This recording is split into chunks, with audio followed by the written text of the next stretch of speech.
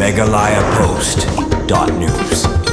Kinong penyai ke skul Menken Christian Higher Secondary School. Mendagasngi kelalek burom ban ai ke jingkit bok kerwiang ya kirang ilek ka jong kate ke skul. Kibla yo ban mi khmat ya ke jela syaka under 17 international Subrutokop arajar arpsau kaban long hanong ba Delhi. Habele burom mi kite kirang ilek kai ke Menken Christian Higher Secondary School asakhi da ke jingdon lang ba everlasting pingrop principal ke skul. Kinong ilam ka RBYF Eastern Zone kinong kai lem bagi khna kiba pulia hapo kate ke skul. Kite kirang ilek kai ke Menken Christian Higher Secondary School kin sami la syai kesngi na kejela kinong kren ki bala kren hak te kesngi ki pen pau halor ke jingyo lat ke Menken Christian Higher Secondary School ban mi khmat na kejela syak te lempung ile kai wa hedu apdeng ki school hapo kari lingba jong te kesngi kinong ai jing kren ki lapan pau ru ya ke jing kemen halor ke jingla kanong jiri Presbyterian Secondary School ban long kum kala do aka under 15 international Subrutokop ke bala long ha Bangalore.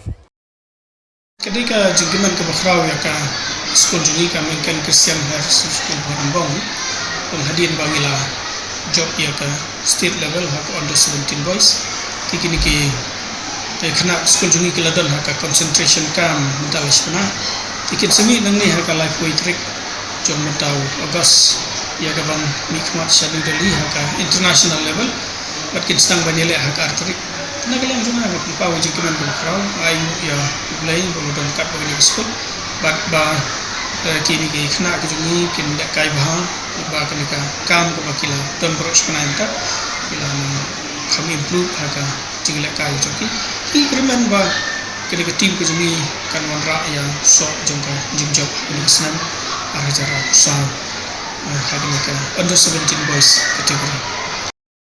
jingiman ko bakra mo ki kini school ko ore high district jungi ti kalau lengka jingku bakra ya kini ka dong break jungi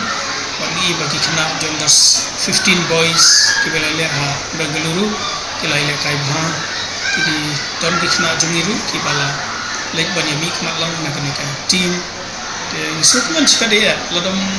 kalau lo gaji ku crowd bagi kena ki jungi ki le kai bha joka temri boy ki jungi bagi bagi ka temri boy jungi kadam ke potential ka ba crowd ha jungi dai bakla football Magre Snam ka ba sa jigma history jongka district hagaba barok lightly ki team kin dai mikmat ya ka state haga national haga international level habro lightly ki category te artli kilale kai bha ki kethai ki laremna haga quarter final tangsi gol ni Manipur te kini ki under 15 boys kelawan ra ya ka jingjob ya ai ka jing ku kerdo ya ka team jongka nongjiri Presbyterian Higher School lawan ra ini trupi de gejing sarong gejing kemen ya kene ka dong thangi pada ke jelahi ka boy ba haga sin ko benekong kepala penkala na ka 14 ke 15 years age ke de school nongjiri Presbyterian ki lawan ra ya kene ke jingjok ni sentana ai ka jing kublai ya ka team ba ya ka school hibra ko wi kinok nya ki bala tristom ban penurlong ba ka team ban ka champion